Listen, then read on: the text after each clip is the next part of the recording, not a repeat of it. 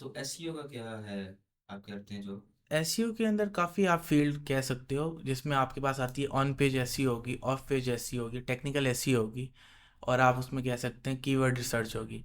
अब keyword research के अंदर भी आपको ये होता है कि आपने कीवर्ड्स निकाले होते हैं कि कौन से कीवर्ड रैंक कर रहे हैं, और फिर उन कीवर्ड्स को फाइंड करने के लिए आपको टूल्स चाहिए होते हैं। सबसे अच्छा जो उसमें टूल जो है ना, वो गूगल कीवर्ड प्लानर है, क्योंकि वो गूगल का अपना है। गूगल का जो अपना है वो सबसे ज़्यादा एक्यूरेट आपको दे सकता है, ठीक है, डाटा वगैरह। उसके अलावा अगर आप गूगल से हट के आप बात करना चाहते हो तो उसके अंदर आपके पास टूल आ जाते हैं। ऊबर सजेस्ट हो गया, आपके पास सैमरश हो गया, ये भी टूल अच्छे हैं काफ़ी ज़्यादा। और जो सैमरश है वो काफ़ी ज़्यादा एफिशिएंट है। अगर आप कोई भी काम करना चाहते हो तो सैमरश इसमें जो है ना कीवर्ड रिसर्च में बेस्ट है। एक वो आपको सर्च वॉल्यूम भी बड़ा अच्छा बताता है, फिर आपको केडी बताता है। केडी होता है कीवर्ड डिफ़िकल्टी। ये हर जो कीवर्ड टूल्स होते हैं ना वेबसाइट, उनके अपने अपने होते हैं। जो सैमरश है उसका केडी होता है, कीवर्ड डिफ़िकल्टी उसको वो कहते हैं।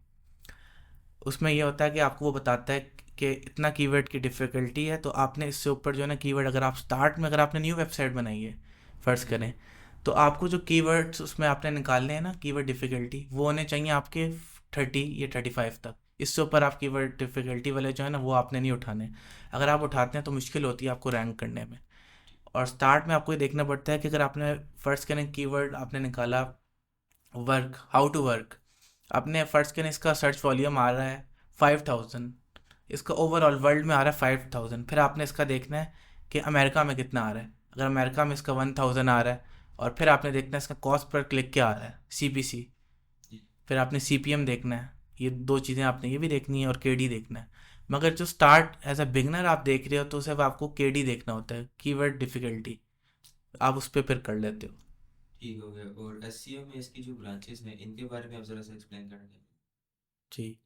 अच्छा, एक होती है टेक्निकल एसईओ। टेक्निकल एसईओ में आती है आपके मेटा टाइटल और मेटा डिस्क्रिप्शन। आपकी जो मेटा टाइटल होती है ना, फ़र्ज़ करें आपने क्रोम पे लिखा गूगल, गूगल का आ गया एक टेक्स्ट जिस पे आपने देखा है ऊपर जो हाईलाइटेड टेक्स्ट है वो गूगल है।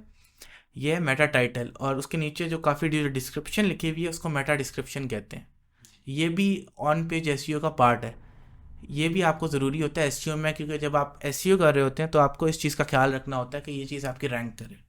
ऑफ पेज एसईओ के अंदर आपके पास हो जाती है कि आप सोशल मीडिया के थ्रू आप कर सकते हैं अपनी मार्केटिंग। ऑफ पेज एसईओ के अंदर गेस्ट पोस्टिंग होगी है। आपकी जो गेस्ट पोस्टिंग है वो आप जो ज़्यादातर लोग करते हैं गेस्ट पोस्टिंग वो करते हैं कोरा.com से, क्योंकि वो एक फ्री है और उससे आपको ट्रैफिक काफ़ी ज़्यादा मिल जाती है। और बाकी आप भी सोशल मीडिया प्लेटफॉर्म से भी कर सकते हैं। और गेस्ट पोस्टिंग के लिए अक्सर अगर आपको करना हो तो आप गूगल पर सर्च करें फ्री गेस्ट पोस्टिंग वेबसाइट।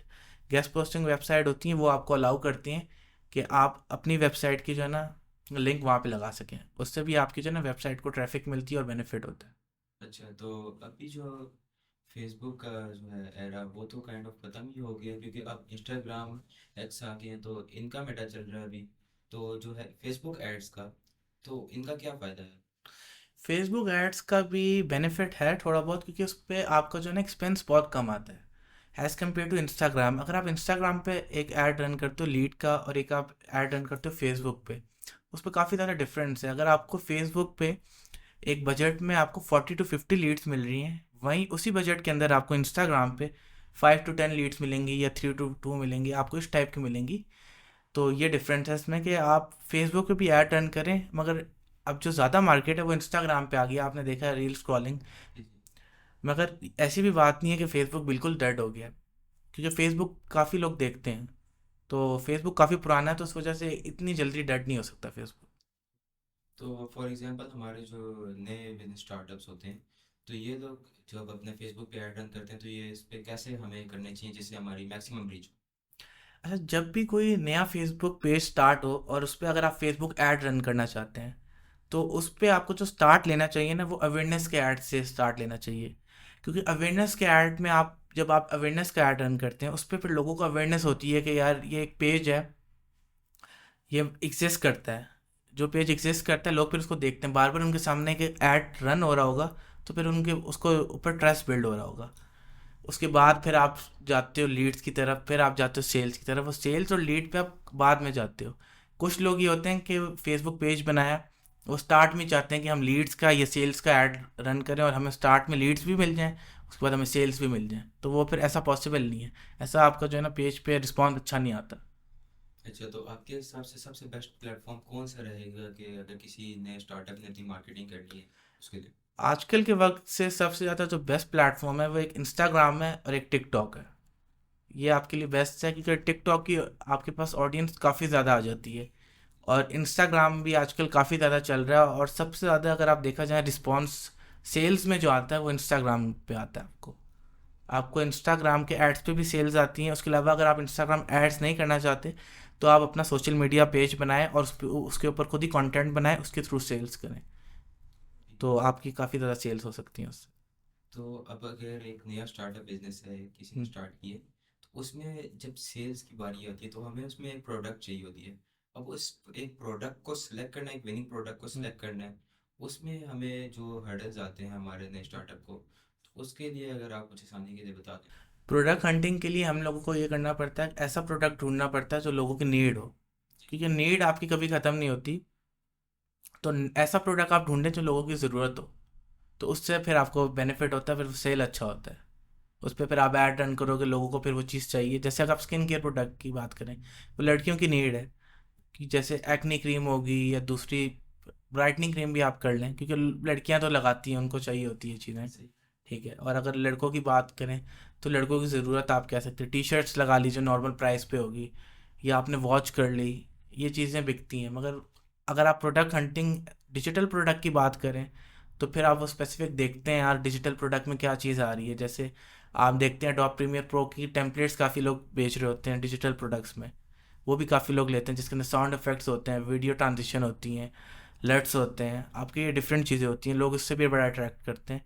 उस पे लोग ये करते हैं कि जिसकी अकाउंट की ट्रैफिक ज़्यादा होती है वो एक अपनी वेबसाइट बना लेता है, उस वेबसाइट पे वो प्रोडक्ट लिस्ट कर लेता है, मतलब $1 का हो गया, $2 का हो गया। तो उस पर ट्रैफिक या फ़र्क करें आप, मतलब कि आपके पास लाख की ट्रैफिक है, लाख बंदों ने आपकी जो वीडियो देखी है उसके थ्रू वो उस वेबसाइट पे जा रहे हैं, उसमें से ना ना करते हुए भी अगर आपके 200 या 300 लोग उसको चीज़ को ले लेते हैं, तो $500 to $600 आपका बन जाता है पर वीडियो। आप उसको ये बोलते हो, आपने बेशक अपना अकाउंट की वो वीडियो मोनेटाइज नहीं की हुई थ्रू फेसबुक या आप कह सकते हो टिकटॉक, मगर आपको उसका बेनिफिट हो रहा है, आपने क्योंकि अपना प्रोडक्ट सेल कर रहे हो उससे। ठीक हो गया। अब फॉर एग्जाम्पल एक अपवर्क या फिर फाइवर पे आपको जो है सर्विसेज प्रोवाइडर्स होते हैं, हाँ। तो वो उन लोगों के लिए अपनी क्लाइंट्स को टारगेट करना ज़रा ट्रिकी रहता है, तो उसके लिए अगर आप कुछ बताएं।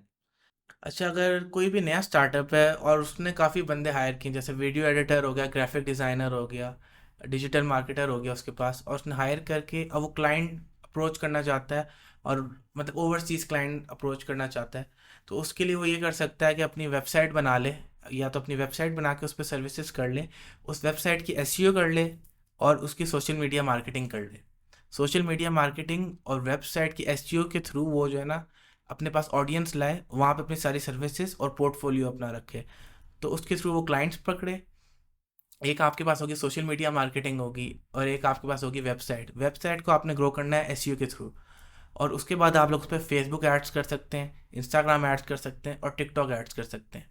टिकटॉक एड्स पाकिस्तान में ये है कि वो अवेलेबल नहीं है, मगर लोग जो है ना आरडीपी और वीपीएन के थ्रू उसको यहाँ पे अवेलेबल करते हैं अपने लिए, और फिर वो उसको ऐड को रन करते हैं। और उसके बाद आपके पास यूट्यूब ऐड भी हो गया, इनके थ्रू आप लोग जो है ऑडियंस ला सकते हैं अपने मुताबिक, और फिर आप क्लाइंट उसको क्लाइंट में कन्वर्ट करते हैं, और फिर आप काम करते हैं।